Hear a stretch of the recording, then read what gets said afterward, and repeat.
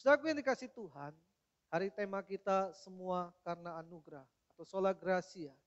Saudara, di dalam Alkitab ini, ya, Rasul Paulus khususnya penulis paling banyak di dalam Perjanjian Baru, dia memberikan kita sebuah peringatan, beberapa hal untuk kita ingat, tapi beberapa hal harus kita lupakan dalam hidup ini. Di dalam Filipi pasal 3 ayat yang ke-6 dan ke-7, dia bicara tentang apa yang harus dia lupakan, yaitu segala prestasi yang pernah dia capai. Dia katakan, aku dulu sangat bangga dengan hal itu, tapi sekarang aku melupakan itu semua. Yang kulakukan adalah terus berlari dalam panggilan Tuhan. Manusia kadang-kadang lebih cenderung selalu mengingat akan prestasinya daripada kegagalannya. Ya.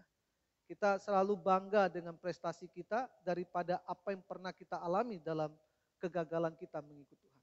Tetapi di dalam Efesus ini saudara, justru Rasul Paulus mengingatkan kita, ada hal-hal yang tidak boleh kita lupakan, yang harus selalu kita ingat, supaya kita sadar bahwa hidup kita di dalam dunia ini betul-betul karena anugerah Tuhan. Kalau kita perhatikan di dalam Efesus pasal yang kedua, 1 sampai 10 ini saudara. Rasul Paulus memberikan kita gambaran kehidupan kita sebelum percaya dan sesudah percaya. Siapa diri kita sebelum kita percaya kepada Tuhan? Dan bagaimana kita bisa percaya kepada Tuhan dan menerima anugerah Tuhan ini. Dan tujuan daripada ini semua saudara, Rasul Paulus ingin kita tak sadar akan diri kita, keberadaan kita sebagai orang percaya. Supaya kita tidak sombong dan senantiasa hidup berkenan kepada Tuhan. Kalau kita lihat dari ayat 1 sampai 3 saudara, Rasul Paulus membeberkan keberadaan kita sebelum kita percaya kepada Tuhan. Dikatakan di ayat 1, kamu dahulu telah mati karena pelanggaran-pelanggaran dan dosa-dosa. Di ayat 1 ini saudara, Rasul Paulus ingatkan kepada kita bahwa sebelum kamu percaya, ya, kamu harus sadar. Kamu ini adalah orang yang lahir dalam dosa. Kamu telah mati dalam dosa dan pelanggaranmu. Kata kamu dahulu, sebenarnya sejak kamu lahir, ya, naturnya manusia lahir ke dalam dunia ini, kita sudah lahir dalam natur dosa dan pelanggaran. Kenapa? Karena nenek moyang kita, Adam dan Hawa, telah jatuh dalam dosa, maka semua keturunannya yang lahir dalam dunia ini, kita sudah lahir dalam natur dosa. Maka dia satu diingatkan, kamu ingat loh dulu, siapa kamu? Kamu sudah mati dalam dosa sejak kamu lahir ke dalam dunia ini. Makanya saudara, kita bisa melihat kebenaran ini dalam kehidupan sehari-hari kita. Orang yang lahir dalam dosa, kita bisa lihat dari sifatnya. Biasanya tidak menghargai hal-hal rohani. Sebelum kita percaya, kita tidak mau beribadah. Sebelum kita percaya, kita tidak peduli dengan hal-hal rohani. Walaupun seringkali hati nurani berbicara sesuatu, tapi kita menyangkalinya. Keinginan kita lebih cenderung kepada keinginan dosa. Makanya sifat yang kedua dari orang yang mati dalam dosa, tidak mengenal Allah dan hidup jauh dari persekutuan dengan Allah. Dalam Efesus dikatakan hidupnya gelap, matanya gelap. Tidak mampu melihat kebaikan. Kecenderungannya adalah menjauh dari Tuhan. Maka kalau saudara belum mengenal Tuhan, orang mau bicara apapun tentang Tuhan, kita nggak mampu menangkapnya. Kita nggak mampu memahaminya. Keinginan kita ingin selalu jauh dari Tuhan. Paulus katakan inilah hidupmu yang lama. Sebelum kau percaya kepada Yesus, kamu adalah orang yang mati dalam dosa. Kita ini adalah orang-orang yang telah hidup dalam dosa sehingga kita jauh dari persekutuan dengan Allah. Bahkan dikatakan karena kita sudah mati dalam dosa, hidup kita kecenderungan aktif berbuat dosa. Kenapa? Karena kita tidak peduli dengan firman Allah yang hidup itu.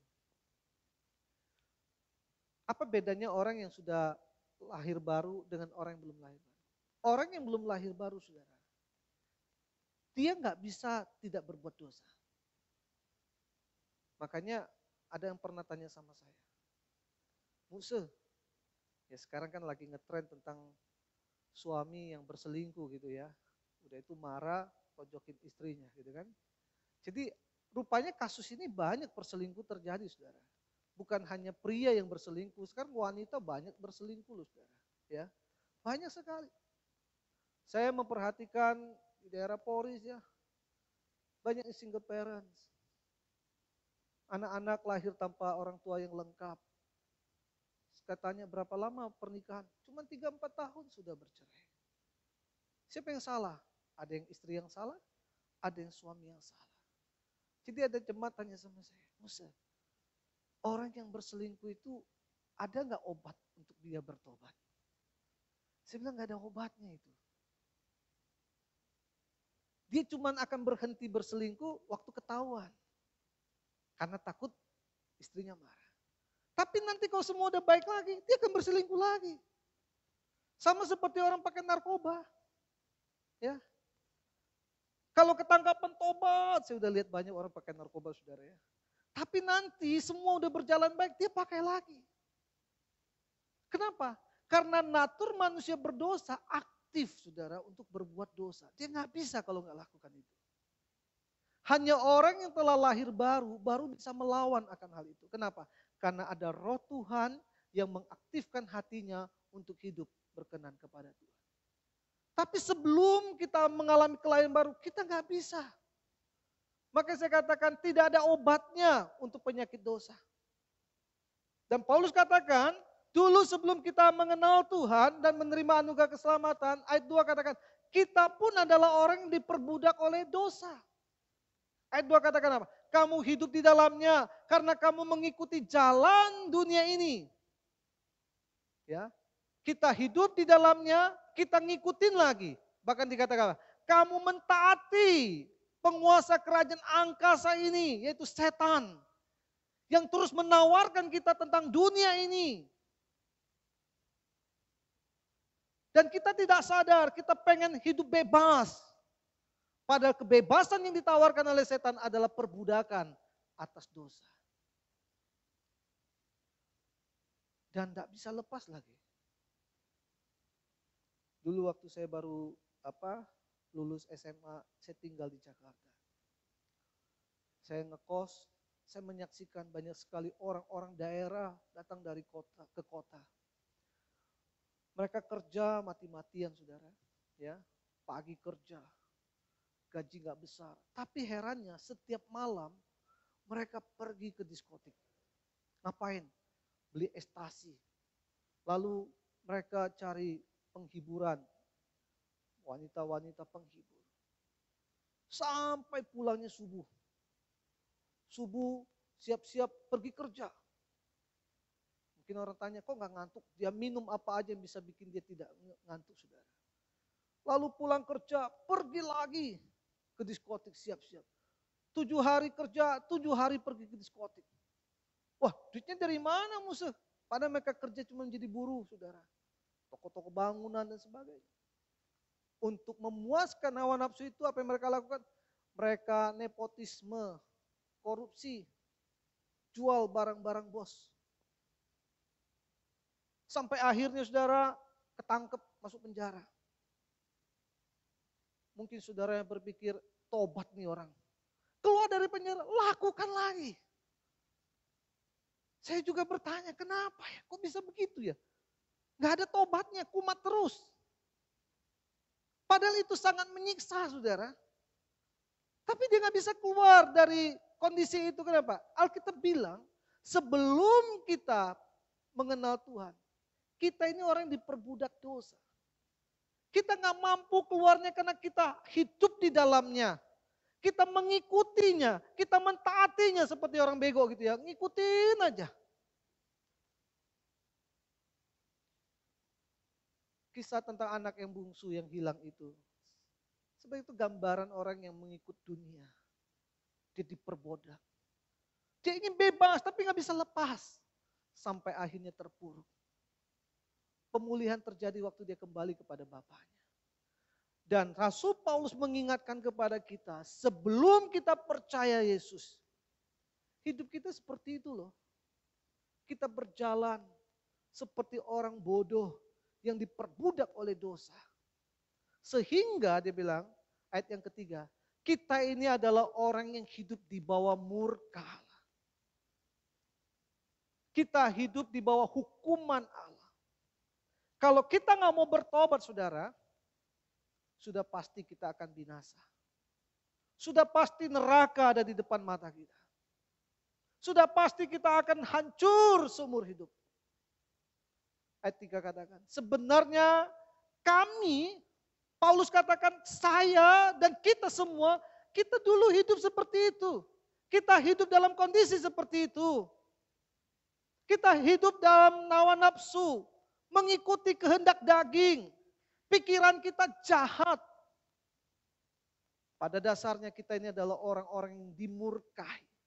Kita adalah orang-orang yang siap untuk dibinasakan. Sama seperti orang-orang yang saat ini belum mengenal Tuhan. Mereka yang hidup dalam dosa. Paulus ingatkan kepada jemaat Efesus dan termasuk kita. Itulah diri kita sebelum kita menerima anugerah. Kita adalah orang yang berdosa. Kita adalah orang yang dibudaki oleh dosa. Dan sepanjang hidup kita, kita hidup di bawah murka Allah. Konsekuensi dosa Alkitab bilang apa? Maut. Upah dosa adalah maut, kematian, bukan hanya fisik, tapi juga kematian kekal. Rohani kita mati. Makanya saudara lihat orang yang hidup dalam dosa, kejahatan pun apapun dia lakukan, dia tidak merasa salah. Dan kalau kita nggak ada pertobatan, nggak ada jalan, kita pasti binasa. Penderitaan dunia ini nggak sebanding dengan penderitaan setelah kita mati nanti loh saudara. Tuhan bilang, gambaran api neraka, tidak ada tempat yang namanya tersenyum.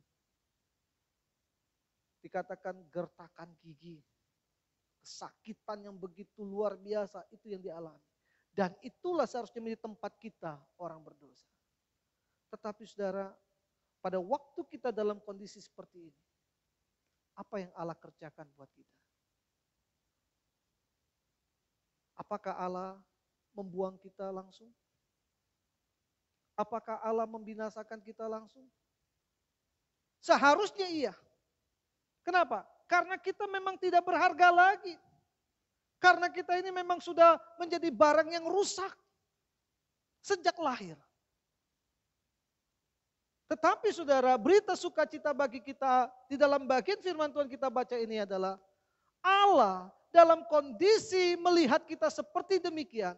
Ia tidak langsung membuang kita. Ia tidak langsung membinasakan kita. Tetapi ayat 4 katakan apa? Ia memberi anugerah bagi kita. Ayat 5, 6 dikatakan. Pada waktu ia melihat kondisi manusia yang begitu terpuruk dikatakan. Ia tetapi Allah. Apa yang dilakukan oleh dia? Ia menghidupkan kita. Dari kematian kepada hidup yang kekal. Ia membangkitkan kita dari keterpurukan kepada satu kesempatan untuk hidup berkenan pada Tuhan. Bahkan ia memberikan kita tempat di surga. Ia menyelamatkan seluruh hidup kita. Melalui siapa? Putranya yang tunggal, Yesus Kristus lahir ke dalam dunia. Dan itulah yang disebut dengan anugerah. Maka ayat 8 katakan apa? Sebab karena kasih karunia kamu diselamatkan oleh iman. Banyak orang waktu baca ini dan berpikir begini. Aku diselamatkan karena iman. Betul ya. Sola fide, karena iman. Tapi kalau saudara perhatikan bagian ayat ini selanjutnya saudara. Itu bukan hasil usahamu tapi pemberian Allah. Kalau saudara lihat terjemahan lainnya ya. Iman itu sendiri yang kita peroleh untuk percaya kepada Yesus, itu pun pemberian Allah. Bukan karena kita hebat, kita bisa beriman kepada Tuhan. Tapi karena Allah bekerja dengan aktifnya, menghidupkan iman kita, maka kita bisa percaya. Makanya sola gracia. Gak ada sama sekali kebaikan kita yang membuat kita bisa respon akan anugerah Tuhan. Tapi betul-betul semua karena kasih karunia Tuhan. Makanya di bagian berikut Paulus ingatkan kepada itu bukan hasil usahamu, tetapi pemberian Allah. Ayat 9, itu bukan hasil pekerjaanmu. Jangan ada orang memegahkan diri. Semua kita bisa diselamatkan hari ini, saudara. Betul-betul karena kasih karunia. Enggak ada andil kita sama sekali. Dulu sebelum saya mengenal firman lebih dalam, saya pikir, saya bisa percaya mungkin saya lebih baik dari dia karena saya bisa beriman, dia enggak. Tapi semakin dalam saya mempelajari firman, saya baru sadar, iman apa yang saya miliki? Enggak ada. Sebelum Allah mengaktifkan iman saya untuk percaya kepada dia, saya enggak bisa beriman kepada Tuhan. Setelah saya percaya kepada dia, saya baru bisa beriman. Saya baru bisa melayani dia. Saya baru bisa mengasihi dia. Dan saya bisa hari ini berkhotbah bagi dia. Maka Paulus ingatkan, kalau sampai hari ini kita berada di level ini, menjadi anak Tuhan, ingat loh, semua adalah kasih karunia Tuhan. Semua adalah pemberian Tuhan. Jangan ada seorang pun memegahkan diri. Pertanyaan kita, mengapa Allah mau lakukan itu untuk kita? Yang pertama, saudara, semua hanya karena bicara rahmat. Rahmat Tuhan. Ayat 4 kata, sebab di dalam dia, Allah telah memilih kita sebelum, ayat yang keempat ya. Tetapi Allah yang kaya dengan rahmat. Semua karena rahmat Tuhan. Karena belas kasihan Tuhan kepada kita. Semuanya bicara tentang karena kasih karunia. Allah memberinya kepada kita. Karena dia beranugerah kepada kita. Dan semuanya karena kebaikan Tuhan. Saya sering ngobrol dengan semua. Kita pelayanan udah mau 12 tahun di Polres ini ya. Tahun depan, bulan Mei udah 12 tahun. Ada banyak suka duka yang kita hadapi. Kita juga lihat banyak hal yang Tuhan kerjakan. Mujizat demi mujizat. Orang-orang diselamatkan. Kadang kita suka berpikir begini. Apa ya kelebihan kita? Sampai Tuhan mau pakai kita. Setelah kita hitung pada akhirnya, tidak ada. Itu semua karena anugerah. Bahkan papa mamanya bisa percaya Tuhan. Itu karena anugerah. Bahkan di tempat orang di Polres itu, di belakang tempat kami, banyak orang-orang yang fanatik, saudara ya. Yang tidak mendukung keberadaan gereja. Tapi saya bersyukur selama 12 tahun ini ada minimal 5 orang ya. Orang beragama seberang bisa percaya Tuhan dibaptis melalui pelayanan tangan saya. Saya lihat itu anugerah. Bukan karena kebaikan kita. Kita memberitakan Injil pun susah. Tapi mereka datang sendiri untuk mendengar Injil. Apa kelebihan kita? Nggak ada. Semua karena anugerah. Bahkan papanya Semuneli pun awalnya tidak begitu menyukai dengan kekristenan. Suatu hari dia datang kepada saya. Kapan saya bisa dibaptis? Saya lihat anugerah Tuhan bekerja kepada setiap orang. Dan orang itu bisa percaya, itu pun karena anugerah. Itu semua karena kebaikan Tuhan. Maka Paulus ingatkan, jangan ada seorang pun di antara kamu bermegah diri. Pernah gak kita melihat keselamatan yang kita peroleh adalah anugerah, saudara? Dan saya pikir kenapa Paulus menyampaikan hal ini. Karena banyak orang tidak sadar. Mereka pikir aku Kristen ya kebetulan. Tidak ada yang kebetulan, saudara. Semua kita bisa jadi percaya itu karena anugerah. Dan Allah lakukan yang kedua untuk apa? Menunjukkan kekayaan kasih karunia yang melimpah-limpah. Dia ingin kita mengalami akan kasih karunia yang berlimpah-limpah. Maka orang yang mengenal kasih karunia Tuhan pasti akan mengalami kasih karunia Tuhan berlimpah-limpah dalam hidupnya. Seperti kata Tuhan Yesus, aku datang untuk memberi kamu hidup yang berkelimpahan. Kasihnya untuk kita hidup dalam kelimpahan, dalam anugerah. Pernah gak kita menyadari itu?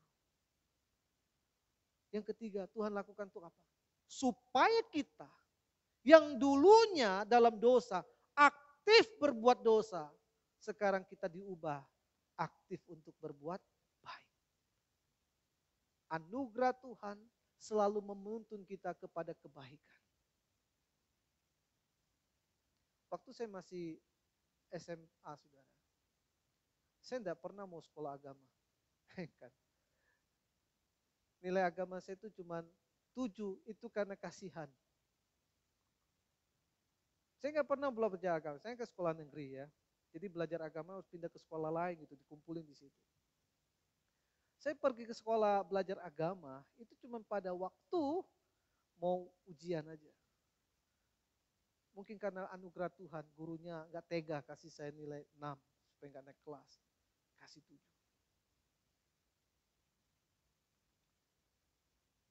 Kecenderungan untuk melayani Tuhan juga ada.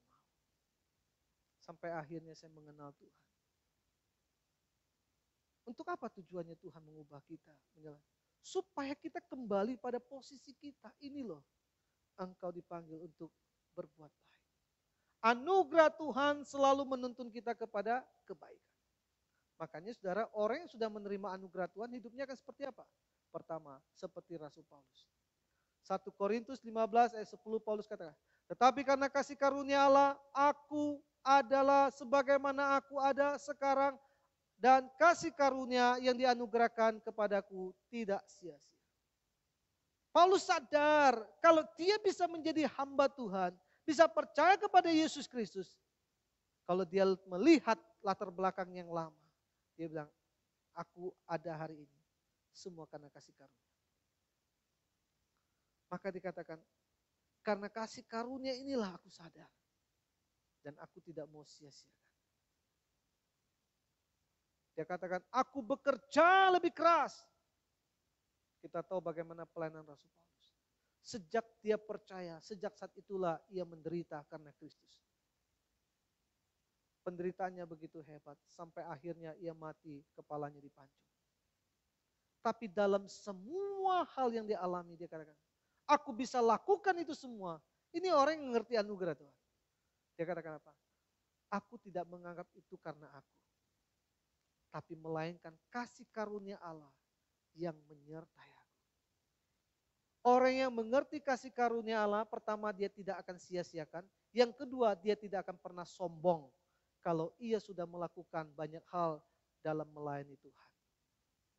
Makanya bagi saya, orang Kristen terlalu sombong kalau melayani itu harus dipaksa, dimohon-mohon. Saya bilang sama jemaat Poris, saya memang kalau pelayanan agak keras, saudara. Saya tidak mau kompromi dan saya tidak takut orang meninggalkan pelayanan. Kalau kamu nggak mau melayani Tuhan, tidak ada yang rugi. Apalagi Tuhan, rugi apanya Tuhan?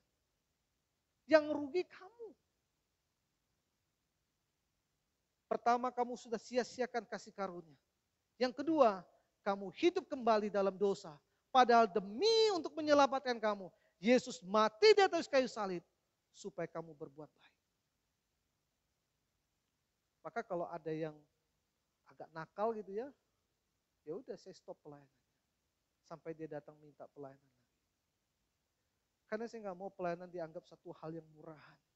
Karena Yesus menebus dosa kita dengan harga yang mahal. Kita melayani dia juga harus dengan kesungguhan hati. Paulus katakan, aku bisa melayani Tuhan hari ini. Itu karena kasih karunia. Aku dulu penjahat, membunuh orang Kristen. Tapi Yesus mengampuni aku. Ia menyelamatkan aku. Ia mengampuni dosaku. Bahkan ia mempercayakan aku menjadi rasul. Karena itu aku gak mau sia-siakan. Aku harus bekerja lebih keras. Dan kalau sampai bisa mengerjakan itu karena kasih karunia.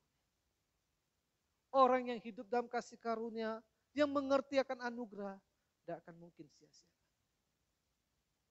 Makanya saudara lihat orang yang sungguh-sungguh melayani Tuhan, selalu mereka lihat akan anugerah Tuhan, bekerja dalam hidup mereka. Yang kedua, ada seorang bernama Polikarpus. Dia salah satu bapak gereja. Hidup di abad gereja pertama. Suatu hari saudara, kaisar memerintahkan semua orang harus menyembah dia sebagai dewa. Hanya orang Kristen yang tidak mau lakukan.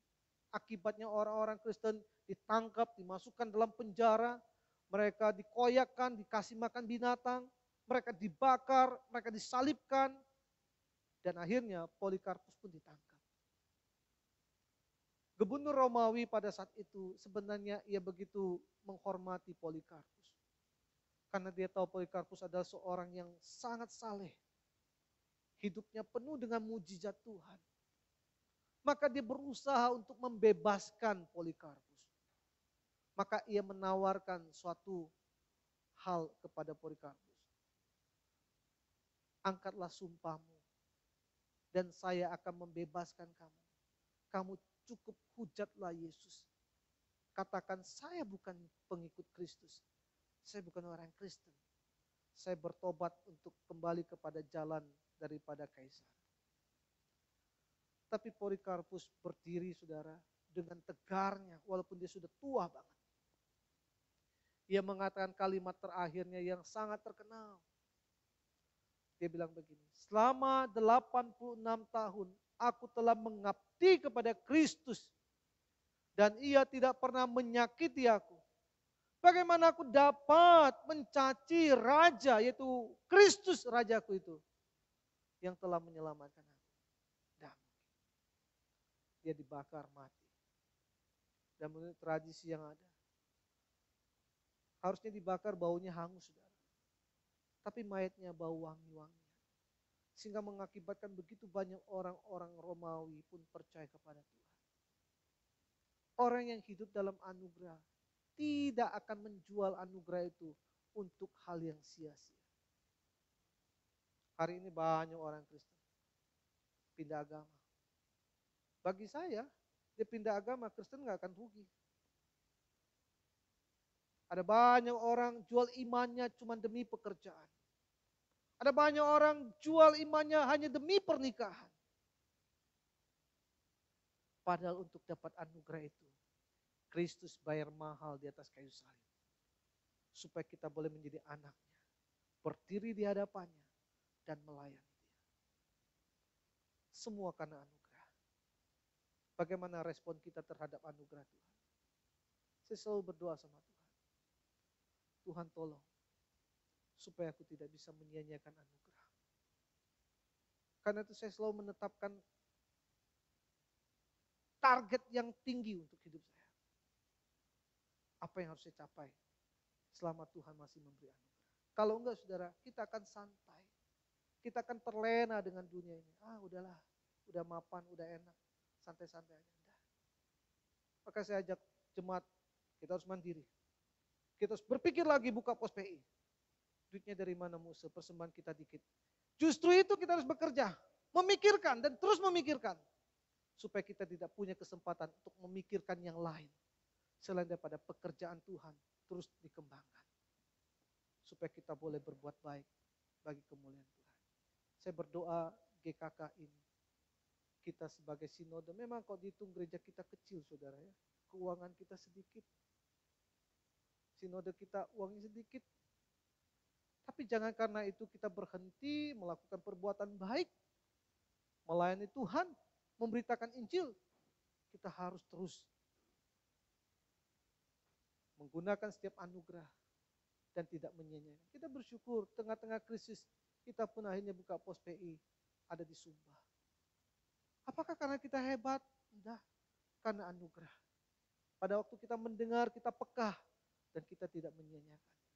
Biarlah itu boleh terus ada di dalam hati kita yang telah menerima anugerah ini. Mari kita berdoa. Saya minta Musa Felix berdoa untuk firman Tuhan ini.